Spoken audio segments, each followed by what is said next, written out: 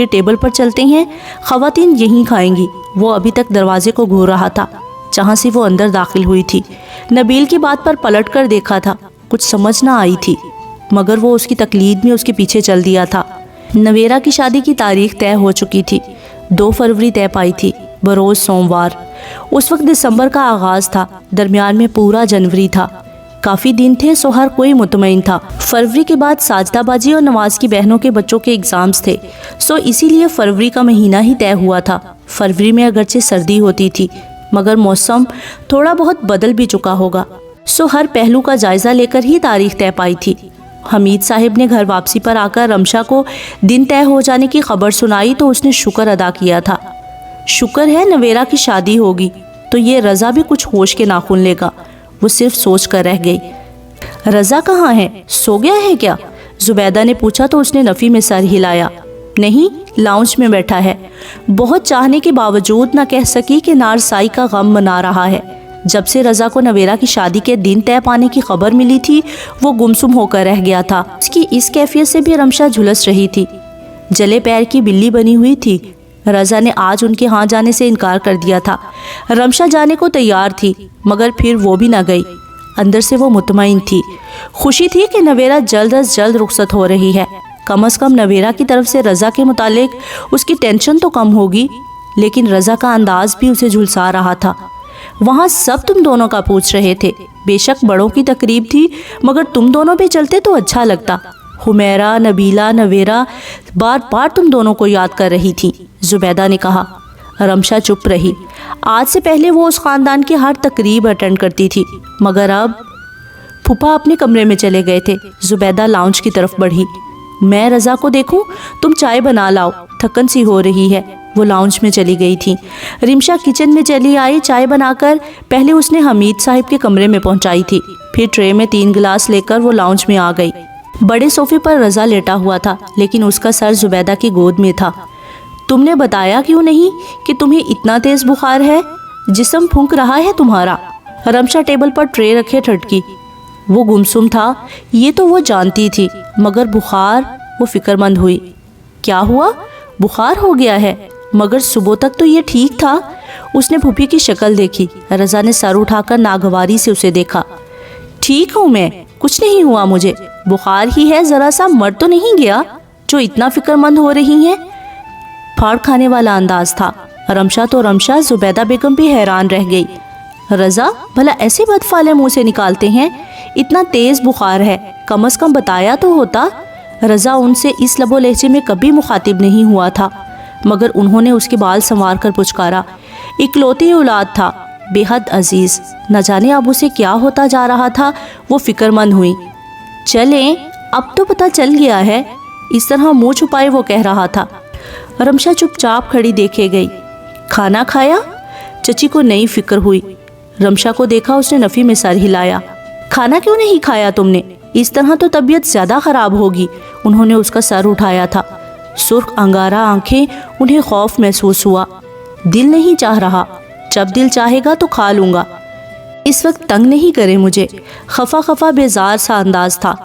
زبیدہ نے رمشا کو دیکھا، وہ بھی چپ چاپ تھی۔ چلو، کھانا نہیں کھانا، دودھ پی لو، میڈیسن لے لو، جاؤ رمشا دودھ لے آؤ۔ انہوں نے رمشا کو کہا تھا، وہ فوراً جانے کو پلٹی تھی۔ نہیں، مجھے کچھ نہیں کھانا پینا، بس ٹھیک ہوں میں۔ تلخی اب بھی تھی۔ کھاؤ گے نہیں تو ٹھیک کیسے ہوگے؟ یہ بخار بستر پر بھوکے پیاسے پڑے رہنے سے تو نہیں اترے گا۔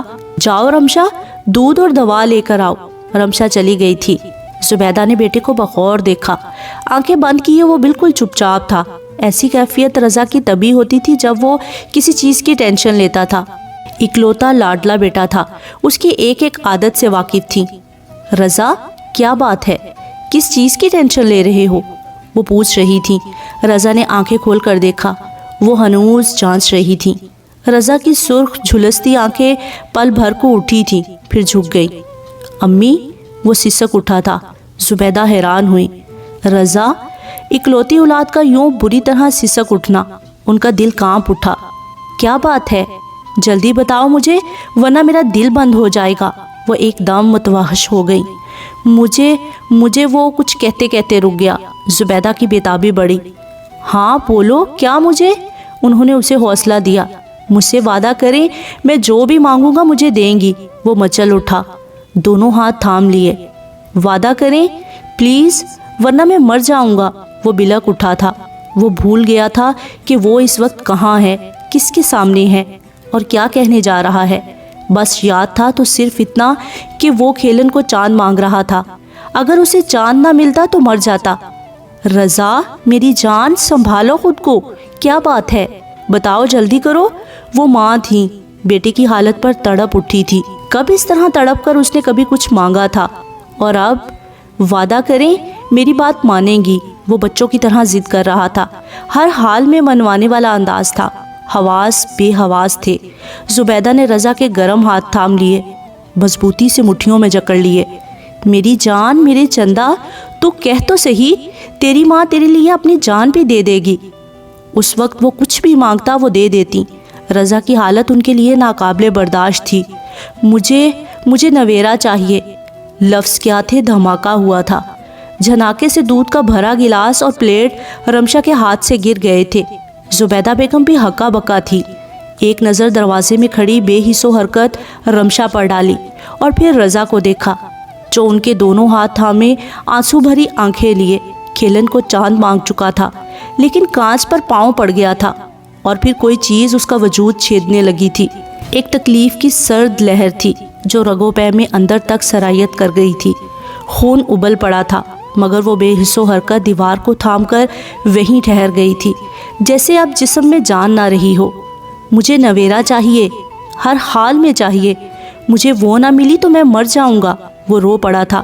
رمشا بے تاثر نگاہوں سے رضا کو دیکھے گئی۔ قیامت آ چکی تھی، اسی دن سے وہ ڈرتی تھی اور یہ دن آ چکا تھا۔ زبیدہ بیگم کی کچھ سمجھ میں نہیں آ رہا تھا کہ رضا کیا کہہ رہا ہے۔ رضا، وہ پکار اٹھی، مر جاؤں گا، بہت صبر کیا ہے، بہت برداشت کیا ہے، مگر امی مجھے صرف اور صرف نویرا چاہیے۔ اس کی ایک ہی تکرار تھی، ایک ہی نام تھا ہونٹوں پر، نویرا نویرا نویرا۔ بخار سے پھونکتا جسم، لرزتے ہاتھ، برستی آنکھیں، زبیدہ کچھ بھی سمجھنے سے قاصر تھیں۔ خبردار، تو نے مزید ایک لفظ بھی کہا، نویرا۔ اوہ میرے اللہ، رضا تجھے کیا ہو گیا ہے؟ نویرا کہہ دے کہ تو مذاق کر رہا ہے۔ یا اللہ، یہ کیا ہے؟ ان کے حواس بحال ہو چکے تھے۔ اپنے ہاتھ اس کے ہاتھوں سے چھڑا لیے۔ رضا نے بے تابی سے دوبارہ ہاتھ جکڑ لیے۔ امی، خدا کے لیے بڑی چچی سے بات کرے، مجھے نویرا نہ ملی تو میں مر جاؤں گا۔ زبیدہ حیران نظروں سے دیکھے گئی۔ یہ خواب نہیں تھا، حقیقت تھی۔ رضا کا مطالبہ؟ نہیں رضا، اس کے بعد کبھی منہ سے ایسی بات مت کرنا۔ نویرا کسی کے نام منسوب ہے، خاندان میں بھونچال آ جائے گا۔ اپنی اور نویرا کی عمر کا فرق ہی دیکھ، کیوں ہمیں خاندان بھر کی لعنت ملامت کروائے گا؟ خاندان سے نکلوائے گا کیا؟ کچھ بھی ہو، نویرا مجھے نہ ملی تو میں مر جاؤں گا۔ وہ ہذیانی انداز میں کہتا ہوا اٹھ بیٹھا تھا۔ رمشا بے حس و حرکت رضا کو دیکھے گئی۔ یہ محبت تھی، رضا کی محبت، اور جس سے محبت تھی وہ رمشا نہیں، نویرا تھی۔ زبان بند کرو اپنی، بخار تمہارے دماغ کو چڑھ گیا ہے۔ آئندہ ایسی غلط بات کہتے ہوئے 100 دفعہ سوچنا۔ زبیدہ سختی سے کہتے ہوئے اٹھ کھڑی ہوئی۔ 100 دفعہ سوچا ہے، پل پل مرا ہوں، نہ صبر ہوتا ہے۔ اس نے ماں کے ہاتھ تھام لیے تھے۔ زبیدہ بے بسی سے دیکھے گئی۔ نویرا کے دن طے ہو گئے ہیں، 6 فروری کو شادی ہے اس کی، کچھ تو سوچ، کیوں مجھ کو بے عزت کروائے گا؟ تمہارا باپ ہی کیا کم غصے والا ہے، ہاتھ سے پکڑ کر گھر سے باہر نکال کھڑا کرے گا اگر میرے منہ سے تمہاری طرح کی ایک بات بھی نکلی تو۔ امی، وہ بے بسی سے ماں کے ہاتھوں پر اپنا سر ٹکا گیا۔ دیکھ رضا، نویرا تجھ سے کم از کم کتنے سال بڑی ہے، خاندان کی وہ واحد لڑکی ہے جو ہر دل عزیز ہے۔ تیرا باپ تو ایک قیامت لے آئے گا، مجھے یوں رسوا نہ کر۔ اور جو میں مر جاؤں تو؟ رضا کا انداز دھمکی آمیز تھا۔ زبیدہ تڑپ اٹھی۔